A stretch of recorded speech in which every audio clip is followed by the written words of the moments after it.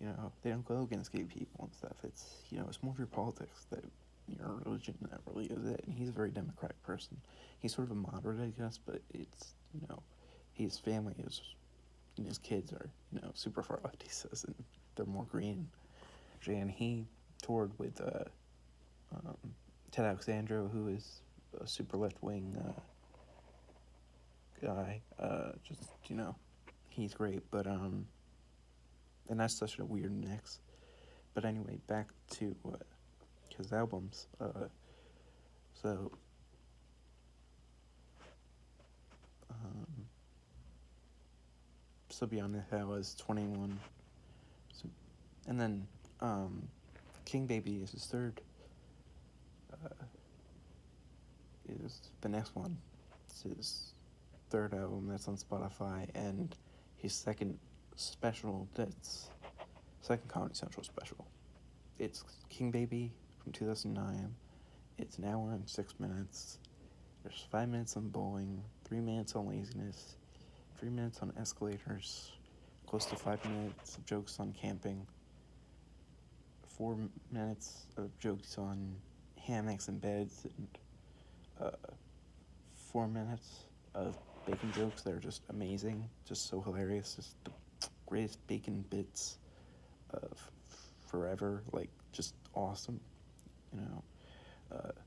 Meat and ribs and bologna for 3 minutes, reading and recycling 4 minutes, jokes of that 4 minutes of deodorant jokes, and 9 minutes, and how Whole Foods is like their products are really expensive, and 9 minutes on religion. And then he finishes with Dunkin' Donuts, fast food, ketchup, and Waffle House, which are fine bits. And then Mr. Universe is from 2012. I listen to this album the most. I have an iPhone, and you constantly have to charge it. It's really annoying. And it's an hour and 14 minutes, and it has 14 tracks, 9 minutes, and 4 kids. He has 5 now, but he had 4 kids at the time. He just had a fourth, and he does 9 minutes on. So they're great. This goes into 3 minutes of jokes about his Disney World vacation with them in Orlando. He does 2 minutes on photograph jokes, like how we take photos with our phones and if we really need that. 10 minutes on working out, and 3 minutes on bodybuilders, which I guess is like 13 minutes on working out jokes and getting into shape. It's called getting into shape. 10 minutes of McDonald's as a guilty pleasure. This is like where he's able to get kind of dirty, and like it has an impact. Like he's dirty when it has a point. Like his thing is, he doesn't want to take away from his writing, and he uses it when he has to. So he has this thing of like how people are snobby about it to him. Like he says, people say to him, like, "Oh, I would never go to McDonald's," and he says, "Oh, McDonald's wouldn't like you, wouldn't want you because you're a dick." Like that's a really funny line, and it works when he doesn't curse as much. So when he calls the person a dick, it's like, yeah. And that's wouldn't even be viewed as like cursing to some people. It's like, it's not the F word, he just called them a dick. Like, yeah.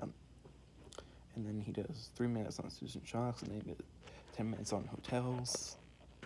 He talks about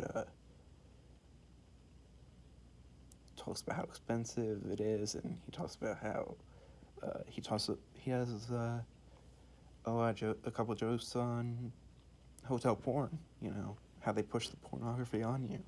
And he has this bit about, like, where he imagines, like, there's a business guy and how he reacts to, he's there for a memorial or a business meeting, and after hours, this is just, advertising to him, and he's thinking, like, maybe after the memorial, And, he, and then he does and then he has this whole pools bit, and there's a lot of, that starts jokes that will be eventually used in a callback at the end, and then he does 5 minutes of whale jokes, 3 minutes on Domino's Pizza, 6 minutes on Subway sandwiches, that chain, that restaurant, and, it's funny, he has this is 2012, so he has, a line in his act of like talking about Jared is like, oh, I think he's a good guy. I think he's a nice guy. It turns out that he wasn't. Uh, then the last 4 minutes, he talks about vitamins into this herbal supplement of Viagra called Extends, which includes the best written dick joke ever. He's viewed as a clean comic, but it's the best dick joke ever.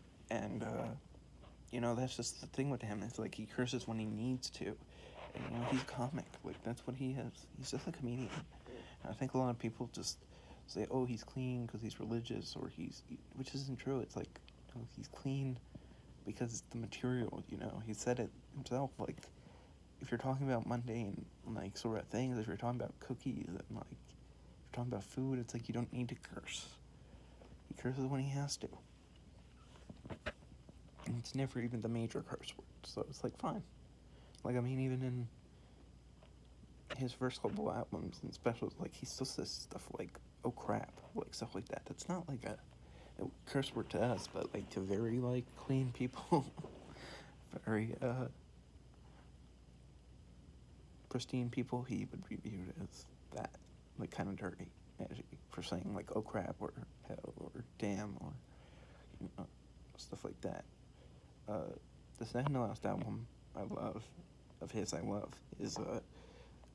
listen to it all the time too. Is from 2019. It's called Quality Time.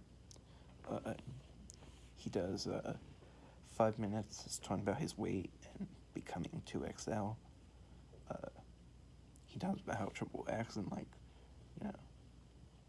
that's great. He does 6 minutes on getting his appendix removed during a trip to Alaska, which wasn't why he was there for, and seeing a bear, which is 4 minutes. That goes into a 4-minute bit on lying and murder, which is its whole jokes on lying and murder, and he does a joke about a dog birthday party, going to a dog birthday party, and different dog jokes, and then he knows about going to the safari for 4 minutes, and he talks about how Vegas is too hot,